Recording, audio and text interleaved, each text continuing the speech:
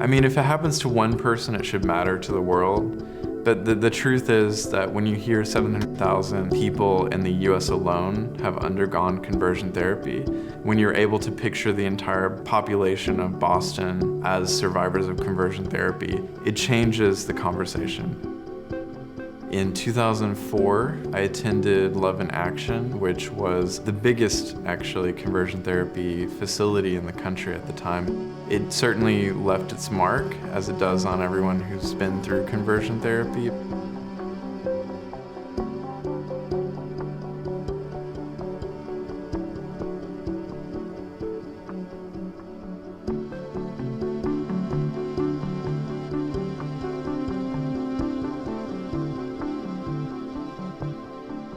I never saw myself as a monster, but people tend to group all their negative experiences around homosexuality and conversion therapy and put them on me.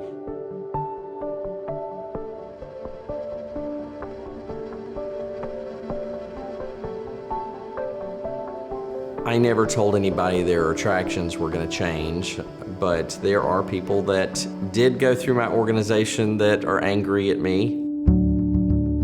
There's no rule book for this, right? There was no rule book for conversion therapy. So there's a lot of territory that's very sensitive for everyone in the community, where it's like, if I humanize this person, what am I saying politically? What am I saying even personally? I've been listening to the conversion therapy survivors and trying to process what they're saying, but at the same time trying to be authentic to who I am. I enjoy accepting myself, and I'm at peace with myself as a gay man. I hadn't heard of McKrae Game before all the big articles came out. I've certainly seen Boy Erase. I've never met Garrard. I often don't know what I feel until it's like already done. Like the first time I got up and spoke about my story, I barely had any emotional control. That's the thing about conversion therapy, is it distances you from your emotional experience, and it's one of the hallmarks of being a survivor. I'm probably one of the most informed people on this subject, and that makes me a target from all sides. I don't know exactly why I'm here, but I feel compelled to do it, and I've always trusted that instinct. So, you know, we'll see. I look forward to it. I guess I don't really want to know the answer to this question, but I think for everyone's education, it's important to get into the details of maybe what happened under your ministry. You know, when I started Truth Ministry, I really didn't even mean to do counseling, because who was I to be doing counseling? I wasn't a counselor. That's the big question. I wasn't a counselor. Did you feel like you were qualified for that role? No, I did not. I had gotten kind of sucked into the evangelical world, and I was in the car one day and I heard a radio spot, are you gay or lesbian and don't want to be? There's hope for change. And it was a conversion therapist that was having a conference, and I was 22 at the time. Went to the conference, became a client of his, and was a part of his organization for 8-10 years before I started my own organization. And what were some of the specific lessons? You know, we had healthy masculinity, healthy femininity, sexual addiction. How do you teach that? How do you teach healthy masculinity? Eye contact, handshakes? Well, it's a lot of stereotypical beliefs in what masculinity and femininity are supposed to be. Mm-hmm. Did you deal with anyone who was struggling with gender expression? I did, and I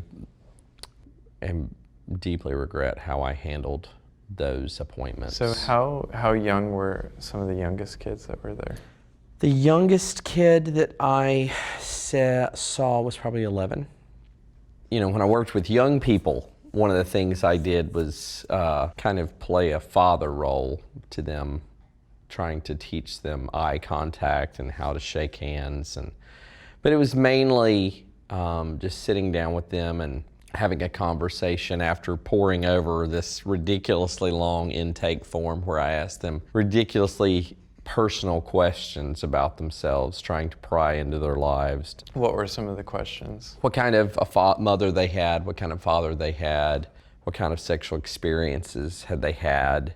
And some of those meetings were very traumatic for me, having to hear their traumas that they had gone through, to some great young kids that just happened to have same-sex attractions and their parents were freaking out. When I went to Love in Action, it was like I was in Sunday school for more hours than normal. Right. And that was sort of the way that I was ushered into it, is that it felt familiar. We were probably very different than most ex-gay organizations because we covered all the demographics. We would have a family group, a men's group, a women's group, a youth group to cover every dynamic that we could think of. Did you have like charts and things? Because Love in Action had a lot of diagrams that made it look really official. There definitely were charts in the workbook. Where were these charts from? Some I just authored myself. Mm-hmm. We created the Hope for Wholeness curriculum as a tool, but also as a profiteering method. You know, we sold it for, I think, $350. I always talk about how I think one of the worst things for activism is a state of the unbelievable, where they go, I just can't imagine that ever happens anywhere. I just can't imagine anyone being that evil. You know, anyone can be susceptible to a certain type of rhetoric, a certain type of bigotry. And unless we understand that about humanity, then we're like doomed to repeat that endlessly. It seems shocking that I was being placed next to someone dealing with pedophilia, bestiality, marriage issues, etc., unless you actually grew up in the area where I was from. The way that I've conceptualized it in order to be sane is to think that everyone that was involved as a counselor that was closeted, they had ingested all of that bigotry their whole lives and then they spouted it back out. I think that there was a kind of perpetual motion of nonsense. Our promises that I promoted was just trying to help you live a life as a, I don't want to say healthy heterosexual because we didn't use that word, but as a healthy person, kind of billing myself as this example really throughout the organization. I would use pictures of my family. I would talk about how in love I was and how happy I was. That wasn't always true. Yeah, I mean, to me, if I was going into something like that and I saw that you had a wife, children, right, white picket fence, oh, well, there it is. It's attainable. It's right there. This man in front of me is showing me that it's possible. Even if he's not saying it directly, he's showing it. And I think that sleight of hand is something that ex-gay ministries were very good at. Oh, yeah. It was a form of propaganda. I'm glad to hear you say that. I think we, in the ex-gay world, are propagandists trying to promote an ideal, and I was very guilty of that. One question that I'm sure a lot of people do have, and you've probably been asked this before, is if you had been fired, do you think that you would be here at Logo doing this interview? I don't think any of us would really know the answer to that question. I'd like to think so. Up to that point, I was too coward to quit. Either way, I'm very glad, as painful as it was to, and humiliating as it was to go through, I'm very glad it turned out the way it did. It was really a gift, them firing me, but there are people that did go through my organization that are angry at me, and I hope to talk to all of them. It's a journey that I'm on. So at some point you began to see your sexuality as being part of what mattered. Yeah. I felt like a dead man. How did you go from seeing sexuality as a temptation to seeing it as something that was part of you?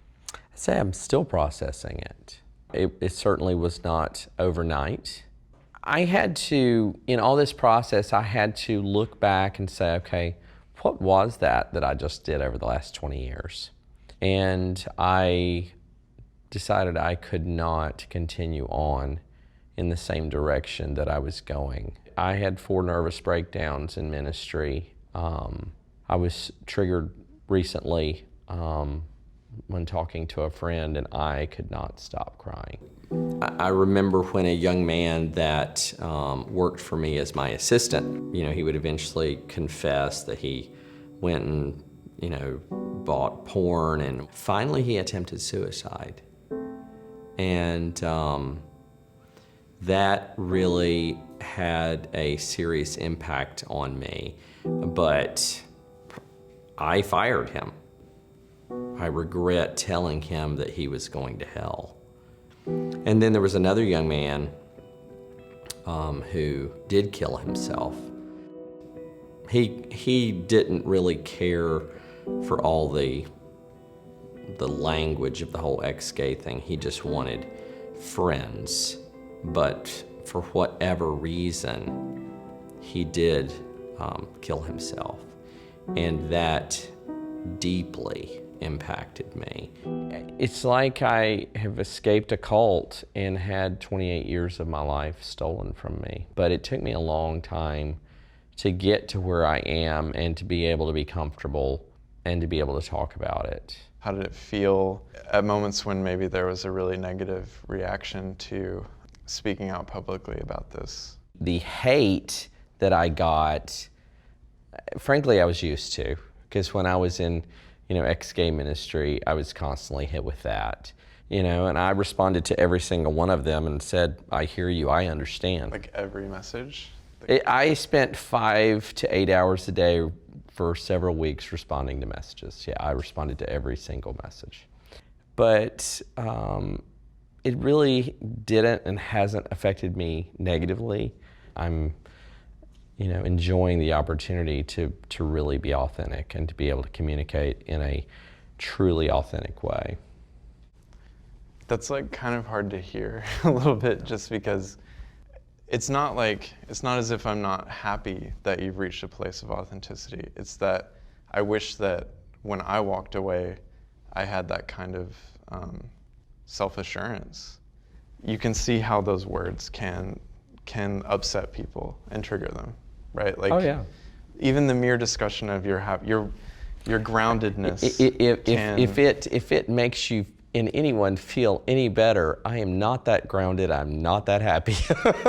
I mean, this is I'm not interested in that. Oh, I know. I'm just making light. Yeah. I'm just making light. It's quite the process to go from being a well-known, influential ex-gay leader to being a essentially gay activist. I mean, and living as a gay man. I mean, that's quite the transition.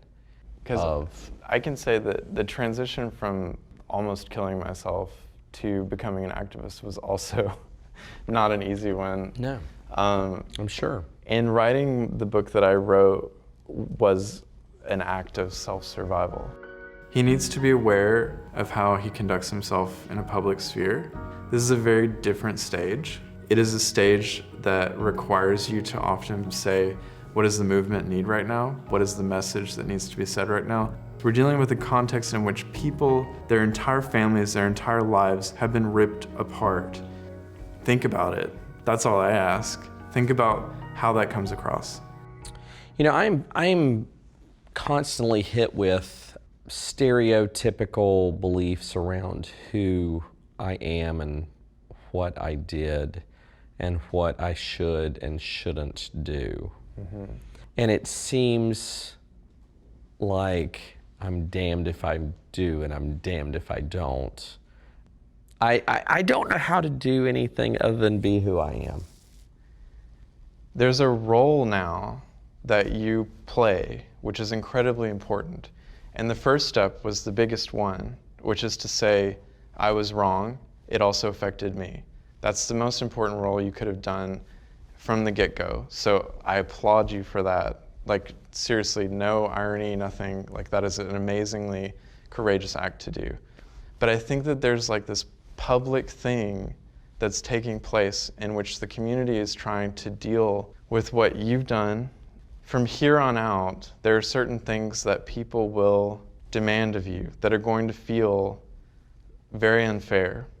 When you talk about your happiness, when you talk about being fully adjusted, it's going to affect somebody like me. It just will. That self-awareness will help you in the future, because the harm of some of the language, just even the image of the picket fence and the family, that's enough to kill someone. And that's something you have to live with. And it has to seem like you're not annoyed with having to live with it, because that's what real integrity is. What we need as a community to heal is for you to take that. Right. And it's Christ-like, right? It's actually, that's what compassion is to say, I know what role I played, and I am sorry into infinity. I will also live my life. And I know that doesn't sound fair, but it's what has to happen. I'll never get your experience. I was not head of a ministry and also a victim at the same time. I won't. But culturally, in this moment, what we need is contrition. Yes, I would like to believe that I'm a lot better listener today than I was when I was in ex-gay ministry. I was a horrible listener. Really, listening is all I have. There's no rule book for how he should act necessarily. I do think that survivors have to lead the discussion. So this is not a stage for you to exercise your apology tour. This is a stage to make people aware of what is going on in most of the states in this country, what continues to kill people. You've got to hold yourself accountable in public, and it's really hard work, and I commend him for taking this first really important step.